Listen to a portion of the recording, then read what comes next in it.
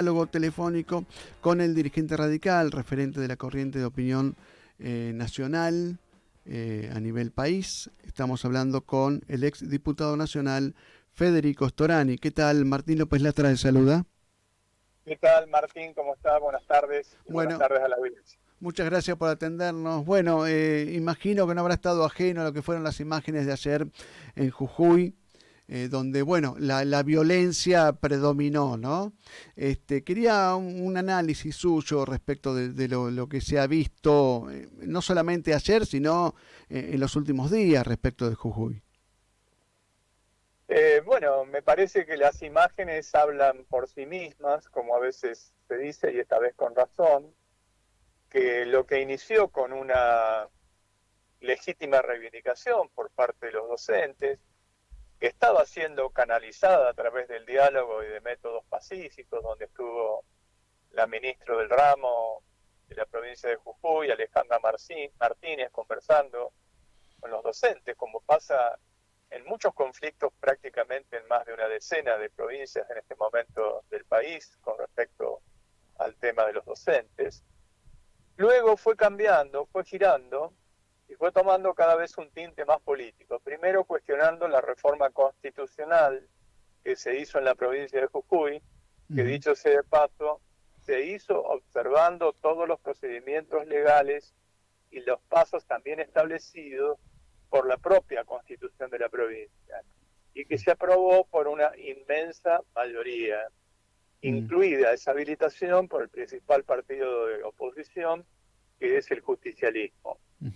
Seguidamente, con respecto al contenido de la reforma constitucional, comenzó una campaña de mentiras, como que vinculado al tema de los pueblos originarios había una restricción de derechos, cuando en realidad cuando se cotejan los textos, el reformado y el que estaba vigente, se verá que en realidad en el texto nuevo se amplían y mejoran los derechos para los pueblos originarios.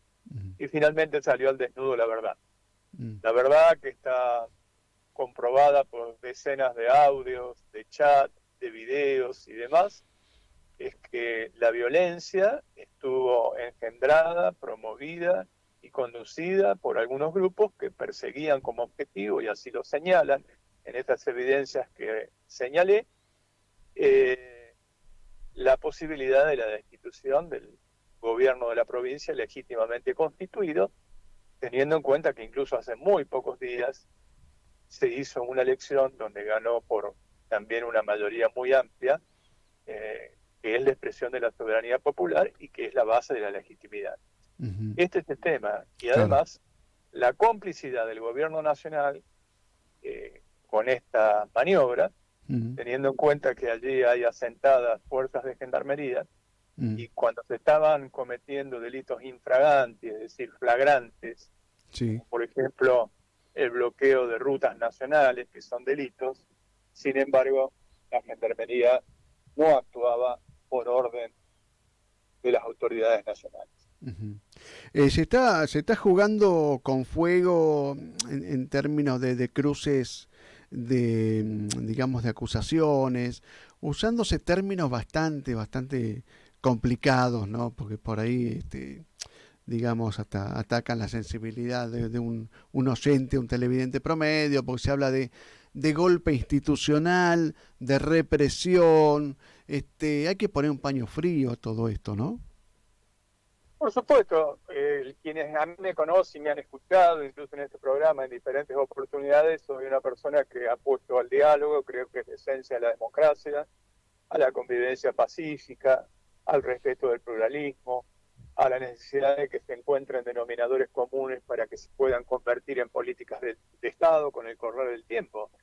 Pero también digamos que aquí ha habido una antesala, como una pulseada, previo a lo que puede venir en el futuro. Aquí no hubo intención de diálogo. Y la violencia es muy manifiesta. Cuando escucho las palabras del presidente de la Nación ahora, endilgándole toda la responsabilidad del gobierno de la provincia, y bueno, es para no creerlo, él sigue siendo una persona muy manejada por la vicepresidente, porque en realidad hay una diputada de la agrupación Cámpora, nacional, está mm, pidiendo ya la intervención federal. Eso es claro. evidente que eso era el objetivo que se perseguía, y Mm, de allí, digamos, lo del golpe institucional. mm, Del mismo modo que no veo que sea muy pacífica incendiar la legislatura o atacar locales que algunos estaban a miles de kilómetros de distancia donde se desarrollaban los hechos, ¿no? ujú, Como ocurrió en Mar del Plata, en la capital federal y en otros lugares, simplemente por una cuestión de adversario político. ujú. Está claro y manifiesto que la violencia es ejercida por un grupo y que ese grupo minoritario está avalado en buena medida por una parte al menos del gobierno nacional.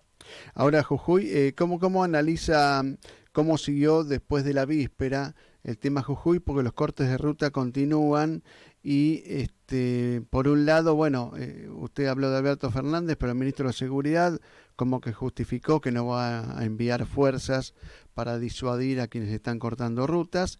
Hay que esperar que la justicia federal actúe de oficio. Usted conoce más porque es abogado, así que por eso le pregunto.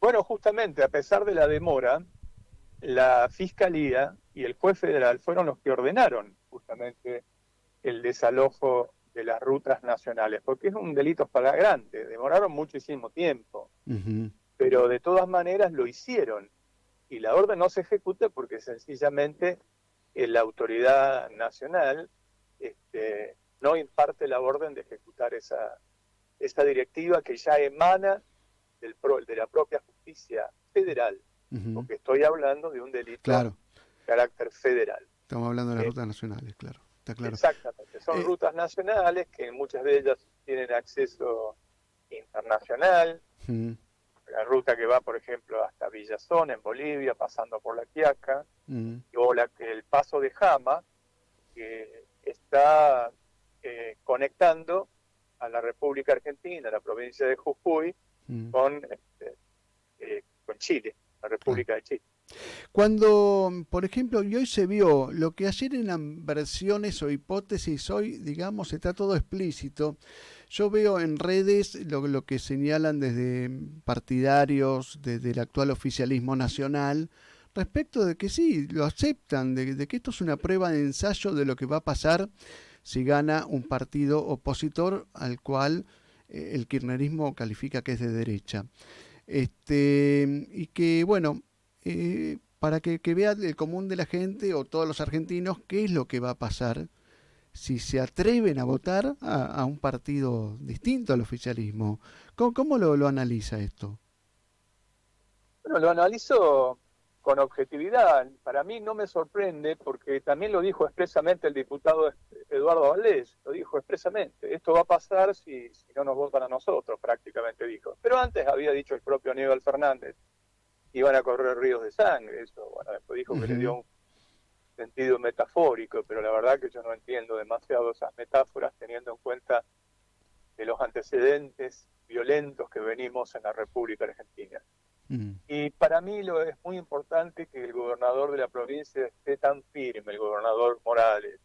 Ayer se lo vio en todos los medios de comunicación con una gran tranquilidad y con una gran firmeza, diciendo que a él no le iban a torcer el brazo, porque esto es una pulseada anticipada. mm, O aquí se respeta a los que queremos construir en paz y dentro de la ley, de la Constitución, y con la plena vigencia de los derechos, o quienes están acostumbrados a la destrucción si no se satisfacen sus orientaciones políticas, que ujú, dicho sea de paso también, no están siendo avaladas por todas las elecciones provinciales que se han desarrollado hasta aquí, incluido algunos bastiones del justicialismo, como el último caso ocurrió en el Chaco, donde está ocurriendo un caso escandaloso de una desaparición forzada de personas mm. con Cecilia, y no veo que el gobierno nacional tenga ninguna preocupación ni tampoco algunos organismos pertinentes que debieran hacer. Por ejemplo, la Secretaría de Derechos Humanos de la Nación. Por supuesto, y Ujú, algunos otros organismos que sí están instalados desde el primer día en Jujuy, ujú, pero que todos sabemos que la familia Sena, que está fuertemente vinculada al gobierno de la provincia del Chaco y mm, que recibía ingentes recursos, está directamente vinculado con este trágico hecho de la desaparición de una persona, Ujú. que podría ser calificado como desaparición forzada de personas, Claro, y que claro. por lo tanto también tendría que tener un nivel de repercusión internacional muy alto. Y la pregunta es, ¿cómo sigue todo esto? ¿Cómo imaginar la convivencia? Porque lo de ayer ha sido muy fuerte, las discusiones son muy fuertes y viene un programa electoral, vienen elecciones, hay que imaginar la convivencia, esa convivencia tradicional que uno ve, por ejemplo, los días de elecciones con los fiscales de distintos partidos. A uno le cuesta creer que sea todo muy, muy, muy sencillo y pacífico, pero quiero ser optimista. No sé cómo lo ve Storani. Ay, se me cortó. Se cortó la comunicación, me parece, pero bueno. Estábamos hablando con Federico Storani. Él fue ministro del Interior, fue diputado nacional. ¿Ahí me escucha Storani? Sí, sí, sí lo Ah, escuché. Bueno, a ver, yo creo que la convivencia hay que tratar de mantenerla como sea, con un enorme esfuerzo. Es una tarea de militancia, la convivencia, el pluralismo, la tolerancia, por la idea de los otros. Nosotros, en el marco de los 40 años de conmemoración de la recuperación de la democracia, hace pocos días, como usted sabe, mm, hemos hecho un acto en la Facultad de Derecho, en la Universidad Nacional de La Plata, donde dimos un ejemplo de convivencia, porque yo soy docente de esa casa, pero estuvo invitado también un ministro del Poder Ejecutivo, como es Jorge Tayana. sí. Y yo creo que la recuperación de la democracia se debió a la lucha de todos. Y allí pudo convivirse, tener puntos de vista diferentes y demás. Es lo que hay que recuperar. Mm, Pero bueno, no puede ser el camino de una sola vía.